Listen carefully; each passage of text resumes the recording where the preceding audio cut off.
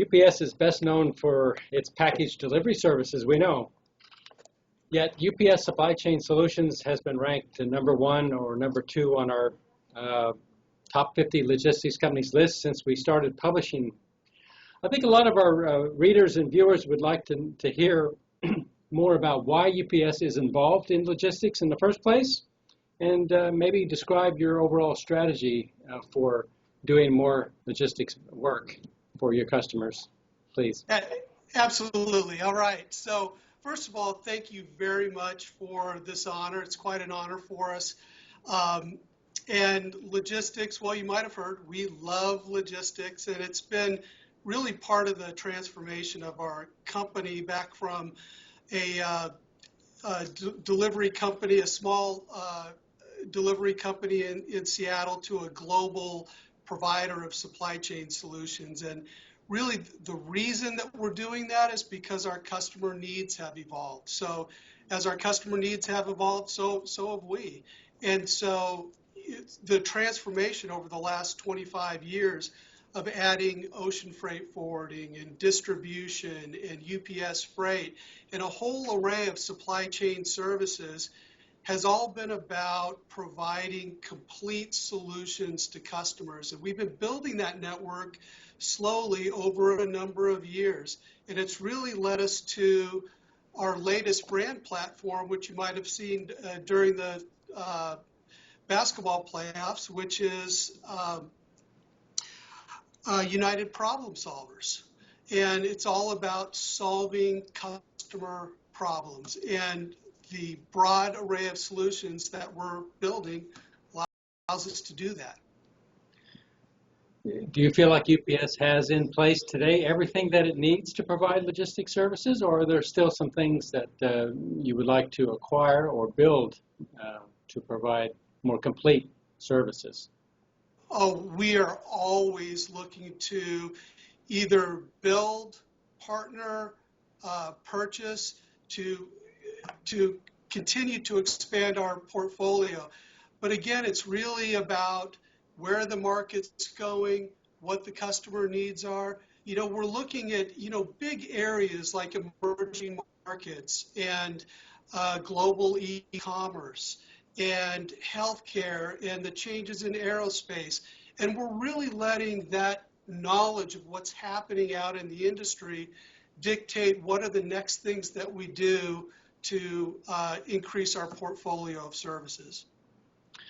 You mentioned healthcare as one of the industries that you're catering to, and yes, and it would be, I think, interesting to hear a little bit more about that. What have you done for that industry, and what other industries do you think will require similar kinds of services? Yeah, so healthcare has been a big focus for UPS for a number of years, and what's driving that, getting back to the customer, is an aging global population, right? So there's an increasing need for healthcare services, and at the same time, that industry is becoming much more complex, highly specialized medical devices and other healthcare services. It's highly regulated, and that regulation is continuing to evolve, and it's under tremendous cost pressure. So when companies are feeling those dynamics, that's when you would bring in a 3PL to see if you can streamline and improve your supply chain.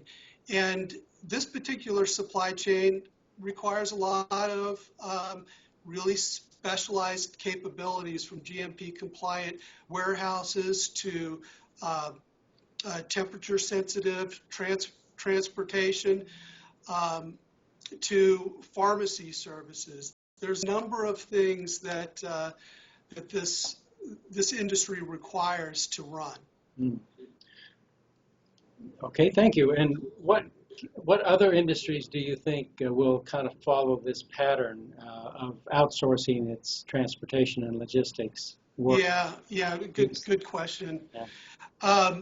So it's not just one industry. One industry that I would say has a lot of similar characteristics to what we're seeing in healthcare is aerospace. So aerospace, highly regulated, highly complex. It's a high value high value item. It's got to be there when it's got to be there, and that's something that is perfect for a company like UPS with a broad array of capabilities that are global. But really, if you look at other industries, take what's happening in direct-to-consumer or e-commerce and omni-channel, that the customer has access to the greatest source of power since the dawn of time, and that is information. And they are changing the supply chain, and you've got new companies like Alibaba and Amazon that are changing consumer behaviors.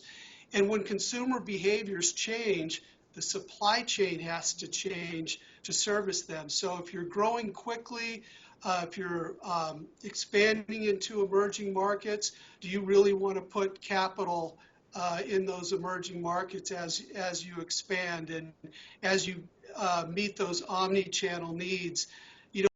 Those are things that are so complex. It's not really a core competency for most companies. So those are the things that you outsource. Mm. All right, that helps explain, I think, why we're seeing tremendous investment in the logistics industry right now.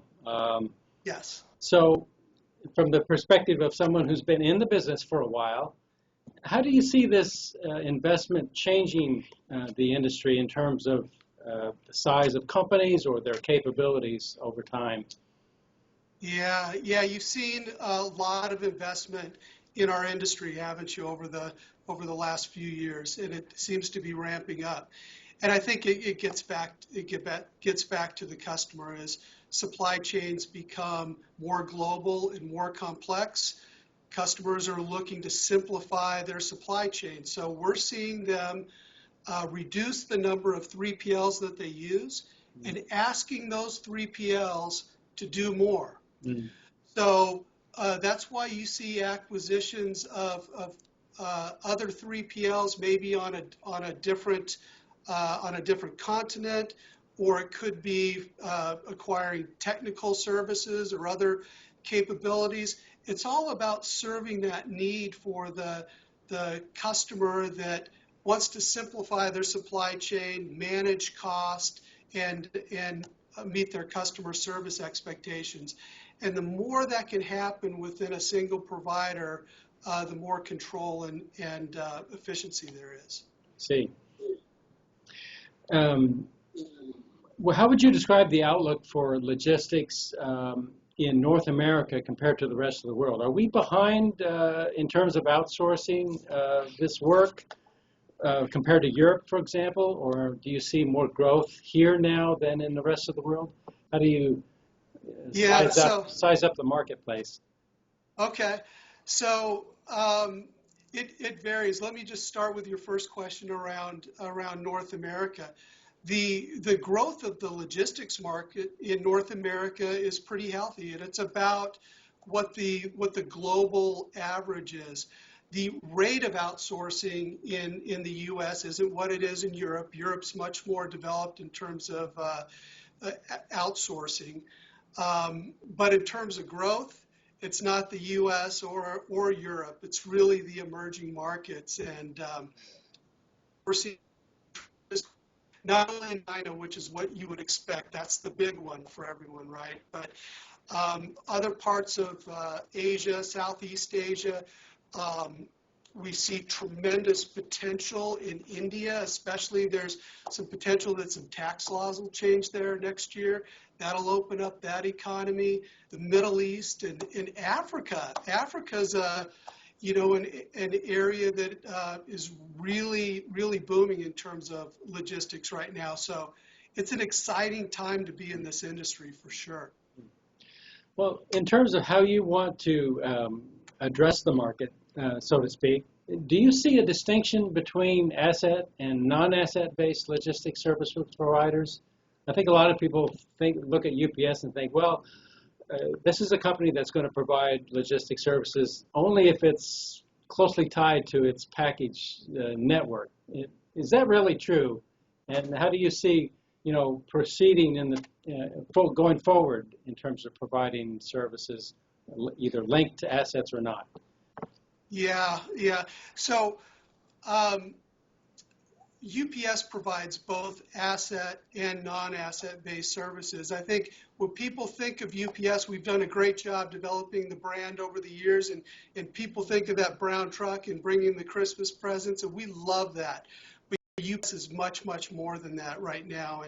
And we've developed a lot of services on the supply chain side, and many of those services are non-asset based services. And we think that combination of asset and non-asset allows us to construct the perfect solution for a customer that balances cost and service and quality. Now, when you mentioned the brown trucks, when you're talking about a highly synchronized global small package network, that needs to be owned because of the control and consistency that's demanded. I see. All right, thank you. One final question about technology. Okay. I read recently that UPS is already utilizing 3D printing services. Whoops. Did we lose you? Did we lose you? There we go. Is that better? Oh, sorry. Yes. I read somewhere recently that UPS is already providing 3D printing services for some of your customers. Yeah. So could you talk about technology in general and how that's going to affect the type of logistics services that your company provides in the future? Yeah, absolutely. I mean, the technology platform obviously is one of the reasons people outsource it in the first place, because the technology required, especially for highly complex logistics solutions, are very expensive. So if I can purchase that on a shared service basis, I want to do that. But you know, getting back to the 3D printing, I think that is just absolutely fascinating. When you look at the UPS store, is what you're referring to. So the UPS store piloted in 6 markets, offering 3D printing services from the UPS store, and it was highly successful. And so last year we announced that we were going to expand that to 100 markets. And that's, you know, for customers producing prototypes and things like that. But, you know, when you look at what is really the supply chain impact, you know, we never thought that UPS, there would be any threat to UPS unless you could beam me up, Scotty, right? Unless you could beam a package somewhere. And this obviously is going to have an effect on, an impact on the supply chain. When you look at something like service parts logistics, we have over 950 field stocking locations around the world where our customers store their critical time-sensitive parts. For those you know, servers and x-ray machines that may be older models, instead of storing those parts, it's going to be in the near future the opportunity to print those parts on demand. That's going to be a huge, huge impact on the supply chain. And then you just think of things like the customization. Can you do mass customization with 3D printing? And I can get an earbud that fits my ear precisely. Or, you know, just think of the basis of manufacturing where you produce a part and you have to produce tooling to make that part, and it's very expensive and time consuming. 3D printing would allow you to print production level parts and iterate in the market and get it out in front of customers and actually go through several rounds before you invest in tooling. I think just the foundation of manufacturing could change from 3D printing. So we keep our eyes on those sorts of trends because they are going to impact our customers and they're going to impact us. Mm-hmm. Great. Thank you so much, Alan. I appreciate talking to you today. Okay, great. Thanks. I appreciate it. Thank you. All right.